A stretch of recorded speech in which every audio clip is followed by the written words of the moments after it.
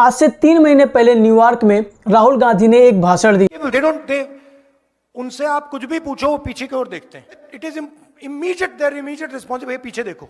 कि प्रधानमंत्री नरेंद्र मोदी से किसी भी घटना के बारे में पूछा जाए तो हमेशा पीछे की तरफ देखते हैं। उनसे पूछो भैया ट्रेन एक्सीडेंट क्यों हुआ, कहेंगे भैया वो देखो कांग्रेस ने 50 साल पहले ये किया। या टेक्स्ट बुक्स में से आपने पीरियोडिक टेबल एवोल्यूशन क्यों निकाल दिया, भैया कांग्रेस पार्टी ने 60 साल पहले ये किया।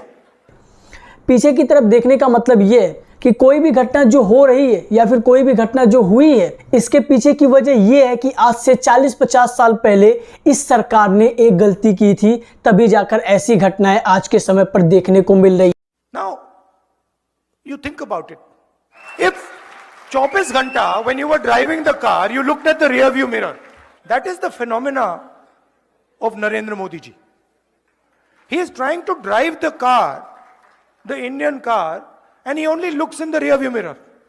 राहुल गांधी ने ये जो लाइन बोली है कि that is the phenomena of Narendra Modi ji, यानी कि नरेंद्र मोदी की यही एक अंतिम बात है कि पीछे देखो। राहुल गांधी के अकॉर्डिंग पीएम नरेंद्र मोदी कभी भी फ्यूचर की बात नहीं करते कि फ्यूचर में कौन से प्रोजेक्ट पे हमें काम करना है, देश को और आगे कैसे बढ़ाना है, किस किस चीज को हम अपने देश में लाएंगे जिससे हमारे देश का नाम और ऊंचा होगा। प्रधानमंत्री इन सब चीजों के बारे में नहीं सोचते, बल्कि पास्ट में की गई गलतियों के बारे में सोचते हैं और उस गलती को लेकर हमेशा अपोजिट सरकार के ऊपर ब्लेम डालते रहते हैं। राहुल गांधी ने इस भाषण में बीजेपी गवर्नमेंट और प्राइम मिनिस्टर के ऊपर सीधा सीधा निशाना लगाया है और भी कई सारी चीजें इस भाषण में कही गई है बीजेपी गवर्नमेंट को लेकर। पूरी भाषण का लिंक मैंने डिस्क्रिप्शन में लगा दिया है। राहुल गांधी और उनके पार्टी के नेताओं के द्वारा समय समय पर बीजेपी गवर्नमेंट और प्राइम मिनिस्टर नरेंद्र मोदी के ऊपर सीधा सीधा इल्जाम लगाया जा रहा है। जैसे कि राहुल गांधी ये ब्लेम करते हैं कि प्रधानमंत्री नरेंद्र मोदी और बिजनेसमैन गौतम अडानी के बीच बहुत ही गहरा संबंध है। राहुल गांधी कहते हैं कि PM Narendra Modi and businessman Gautam Adani claiming that both have close links. He also accused Gautam Adani of sending money out of India. He added, today Mr. Adani has a foothold in every single business. He is manipulating that company's stock price and using that money to buy Indians assets. और Rahul Gandhi parliament में एक तस्वीर भी दिखाते हैं जिसमें गौतम अडानी और PM Narendra Modi एक साथ एक प्लेन में बैठे हुए हैं और उनके साथ कुछ और लोग भी हैं। स्क्रीन पर आप ये इमेज देख सकते हो जो कि पार्लियामेंट में राहुल गांधी ने सभी लोगों के सामने दिखाया है। ये बात यहीं पर ख़त्म नहीं होती है। कांग्रेस प्रेसिडेंट मल्लिका अर्जुन कहते हैं कि नरेंद्र मोदी के द्वारा कोई भी जवाब नहीं दिया गया मणिपुर केस को लेकर। राहुल गांधी बार बार उनसे क्वेश्चन पूछते रहे कि आप मणिपुर को लेकर सीरियस क्यों नहीं हो, मणिपुर के ऊपर आप कोई भी भाषण क्यों नहीं दे रहे हो, कोई भी एक्शन क्यों नहीं ले रहे हो, लेकिन नरेंद्र मोदी की तरफ से कोई भी रिप्लाई नहीं आता है। इवन वो प्रधानमंत्री होने के बावजूद भी उस घटना स्थल पर नहीं जाते हैं, मल्लिका अर्जुन का ये कहना है। लेकिन प्रधानमंत्री के द्वारा इस विषय पर कोई भी जवाब नहीं दिया जाता है।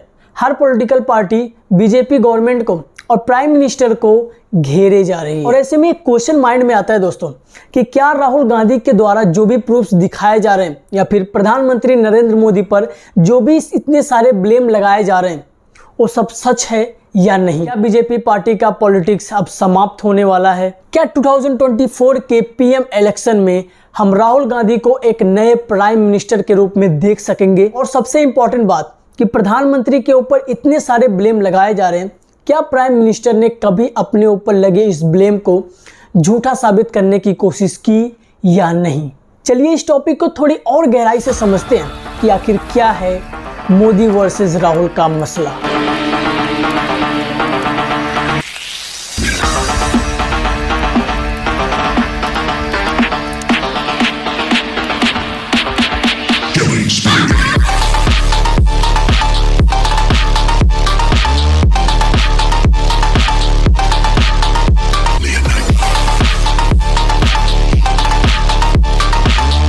देखिए, राहुल गांधी अपने हर एक भाषण में प्रधानमंत्री और गौतम अडानी के बीच के जो गहरा संबंध है उसके बारे में कुछ ना कुछ तो जरूरी बोलते हैं कि आखिर क्या है कनेक्शन पीएम मोदी और गौतम अडानी के बीच।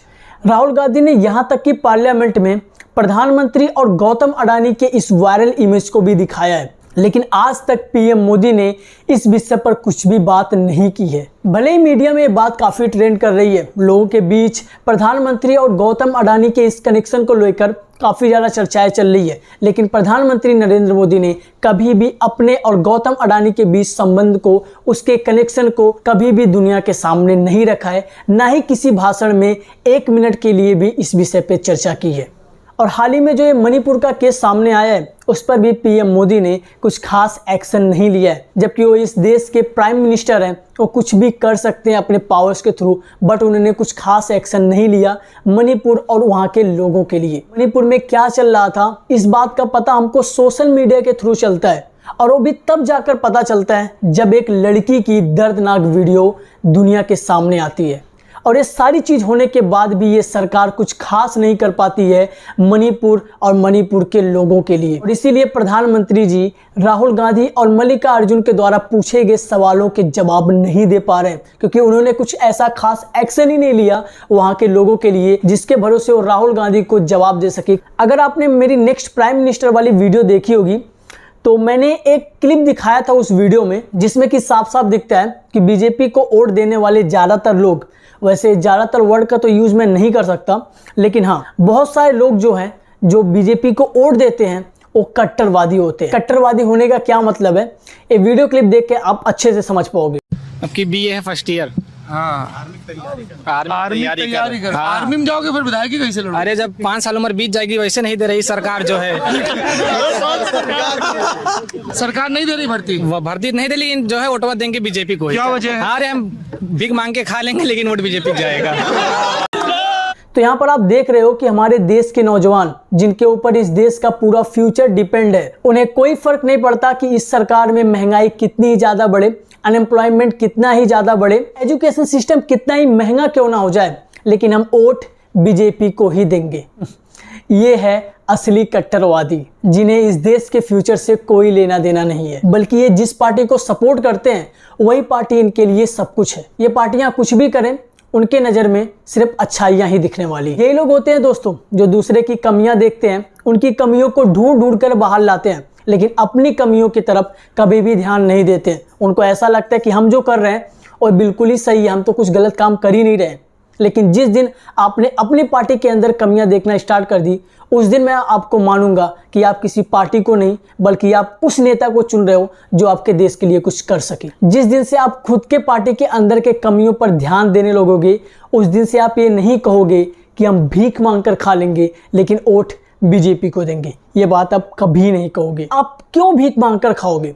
इसी देश के नागरिक होकर, इतने एजुकेटेड पर्सन होने के बाद भी आप भीख मांग कर खाओगे, ऐसा क्यों? और अगर आप ये बात कहते हो तो इसका सिर्फ 3 ही कारण है। पहला कारण, या तो आप इस सरकार से डरते हो, इस सरकार के खिलाफ आवाज़ उठाने से डरते हो, आपके आसपास के लोग जिस पार्टी को पसंद करते हैं, आपके फैमिली के लोग जिस पार्टी को पसंद करते हैं, आप भी उसी पार्टी के नेता को अपना वोट देते हो, आप भी उसी पार्टी के नेता को अपना सब कुछ मान चुके हो। एंड नंबर 2, आपको किसी चीज़ का लालच देकर, किसी छोटे मोटे दल का एक सदस्य बनाकर आपको इनडायरेक्टली उस पार्टी के अंदर शामिल किया जाता है जिस पार्टी में आप शामिल होना नहीं चाहते थे, जिस पार्टी में आपका बिल्कुल भी इंटरेस्ट नहीं था। उस पार्टी के अंदर आपको ये छोटे मोटे लालच देकर इनडायरेक्टली शामिल किया जा रहा है। एंड तीसरा और सबसे अंतिम वजह, जो कि काफ़ी इंपॉर्टेंट फैक्ट है, आप पढ़े लिखे नहीं हो, सिर्फ नाम की डिग्री है आपके पास जिसको किसी तरह आपने हासिल तो कर ली बट आपने नॉलेज गेन नहीं कर पाया, और आप उस मार्कशीट को, उस डिग्री को दिखाकर सरकार से ये अपील कर रहे हो कि हमको नौकरी दी जाए, जो कि पॉसिबल नहीं है, क्योंकि ये सर्टिफिकेट तो इस एग्जामिनेशन में एज ए एडमिट कार्ड के रूप में यूज हो रही है। ये आपका सर्टिफिकेट सिर्फ इस चीज़ को दिखाता है कि आपने यहाँ तक स्टडी की है और आप इस फॉर्म को भरने के लिए एप्लीकेबल हो। आप इस फॉर्म को भर सकते हो क्योंकि आपने यहाँ तक स्टडी की है, बट आपका जो मेन नॉलेज है वो आपका इंटरव्यू और एग्जामिनेशन रूम में ही होता है कि आप उस एग्ज़ाम को क्रैक कर पाते हो या नहीं। तो वो सारी चीज़ आप जब तक नॉलेज गेन नहीं करोगे तब तक आपको नहीं मिलने वाली है। और अगर आपने सोशल नॉलेज नहीं रखा तो कोई भी आपको आकर कुछ भी बताएगा कि यार इस पार्टी ने तो ऐसा किया है, इस पार्टी ने ऐसा किया है, हमको इसी पार्टी को वोट देना चाहिए क्योंकि इस पार्टी ने हमारे देश के लिए बहुत कुछ किया है, और आपको सोशल नॉलेज कुछ है नहीं, और आप उसकी बात पर यकीन कर लोगे और आप अपने एक इम्पॉर्टेंट वोट को खो दोगे, किसी ऐसे पार्टी के नेता को आप अपना वोट दोगे जिसने इस देश के लिए कुछ भी नहीं किया।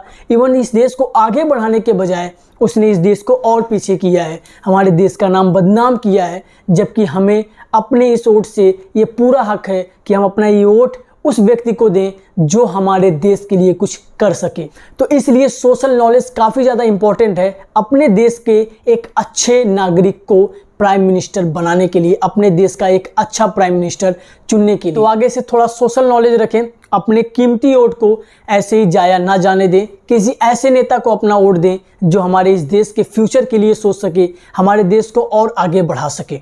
और मैं भीख मांगकर खा लूँगा ऐसे डायलॉग मत मानना, क्योंकि हम इस देश के फ्यूचर हैं और हमारे द्वारा लिया गया कोई भी फैसला इस देश के फ्यूचर को डिसाइड करता है।